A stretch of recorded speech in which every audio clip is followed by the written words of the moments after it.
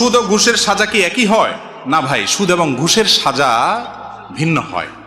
তবে এটা ঠিক, দুইটাই কাবিরা গুনাহ এবং দুইটাই মিনাল মুহলিকাত, ধ্বংসাত্মক অপরাধ, মহাপাপ, কবিরা গুনাহ।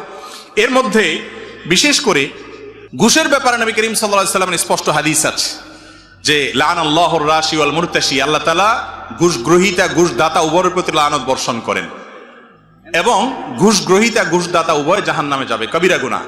এসব কথা ঠিক আছে, কিন্তু ঘুষ গ্রহীতা ঘুষ দাতার যে পাপের শাস্তি হবে সেটার বিবরণ এতটা স্পষ্ট করে উল্লেখ হয় না যতটা সুদের গ্রহীতার ব্যাপারে, সুদের দাতার ব্যাপারে আসছে হাদিস। এবং ঘুষের ব্যাপারটা লম্বা চড়া কথা বলার সময় নাই, শুধু এটুকু বলি, যে ব্যক্তি জুলুমের শিকার হয়ে ঘুষ দিয়েছে তার ন্যায্য অধিকার আদায় হচ্ছে না, এছাড়া তার এই ঘুষ দেওয়ার কারণে তার গুনাহ হবে না, কিন্তু ঘুষ গ্রহীতা সর্বাবস্থা কি হবে? অপরাধী হবে। আমরা অনেক মানুষ আছি অবৈধ সুবিধা পাওয়ার জন্য নিজেরা সাইদা ঘুষ দেই। ঘুষ যে খায় ওই বেচারা চাওয়াও লাগে না, তার আগে আমরা সাইদা দেই, কারণ 5 দিনের কাজ একদিনে করাইতে চাই। এ রোগটা আমাদের মধ্যে আছে না? নেই? এগুলো সব হালাল না হারাম? স্পষ্ট হারাম, কিন্তু আমরা অনেকে করি, নামাজ কালাম পড়েও করি, বুঝি না যেটা পাপ করছি।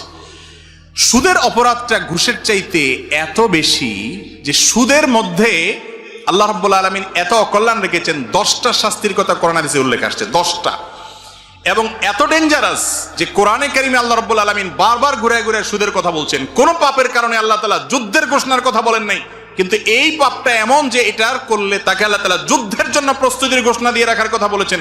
হাদিসে আসছে নবী সাল্লাল্লাহু আলাইহি ওয়াসাল্লাম বলেছেন, কিয়ামতের দিন আপনার সুদখোর এবং সুদদাতাকে আল্লাহ তাআলা, সুদের কারবারিকে বলবেন যে দুনিয়াতে ঘোষণা দেওয়া ছিল তোমার সাথে যুদ্ধের, প্রস্তুত হও এখন লড়াইয়ের জন্য। বুঝেন কি অবস্থা হবে। দ্বিতীয়ত, মালউন, এই সুদের কারবারকারী আল্লাহর পক্ষ থেকে অভিশপ্ত, আল্লাহর গজব নাজিল হয়। তৃতীয়ত, সুদের কারবারকারী ইহুদিদের সাথে সাদৃশ্য গ্রহণকারী। চতুর্থত, সুদের কারবারকারী জাহিলি যুগের মানুষের কালচারের ধারক, বাহক, হাদিসে স্পষ্ট এসেছে। 5 নম্বর, যে ব্যক্তি সুদের কারবার করবে, সুদখোর, সুদের মহাজন, সুদের ব্যবসার সাথে জড়িত, নবী সাল্লাল্লাহু আলাইহি সাল্লামকে আল্লাহ তাআলা দেখিয়েছেন যে তাকে আখিরাতে পরকালে বিচার হবে, তারপরে শাস্তি তো পরের কথা, বারজাখী জীবনে মৃত্যু হওয়ার সঙ্গে সঙ্গে রক্তের নহরে আল্লাহ তাআলা তাকে হাবুডুবু খাওয়াবেন তার রূহকে, এবং শাস্তি হতে থাকবে।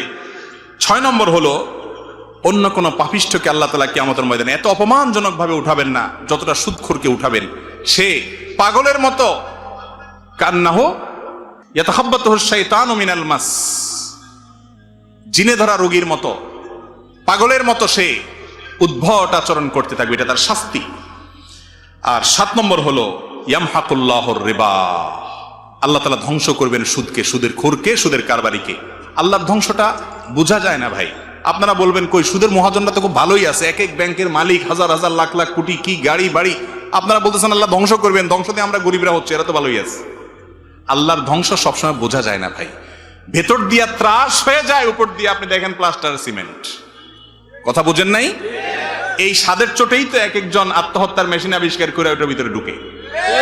আর আপনি গরিব মানুষ, এত কষ্ট করার পরেও আপনার মধ্যে তৃপ্তি থাকে যে আমার আল্লাহ দেখছেন, তিনি রহম করবেন। আর এই কপাল পড়া, সেটা কপাল হয় না, এমন আযাব হয় ওই আযাবের চোটে ওর ঘুম আসে না, ঘুমের ওষুধ খেয়ে ঘুমাইতে হয়। সুদের এই কারবারের সাথে যারা জড়িত থাকে, 8 নম্বর হলো মিনাল মুহলিকাতিস সাবআহ, 7টি ধ্বংসাত্মক মহা অপরাধের কথা এশার আগে আলোচনা করছিলেন আলোচক, মাশাআল্লাহ। তার মধ্যে থেকে একটা হলো এই কারবার। আর 9 নম্বর হলো নিজের আপন মায়ের সাথে জিনা করার চাইতে অনেক ডেঞ্জারাস অপরাধ সুদের অপরাধ, কত ভয়াবহ আল্লাহর কাছে।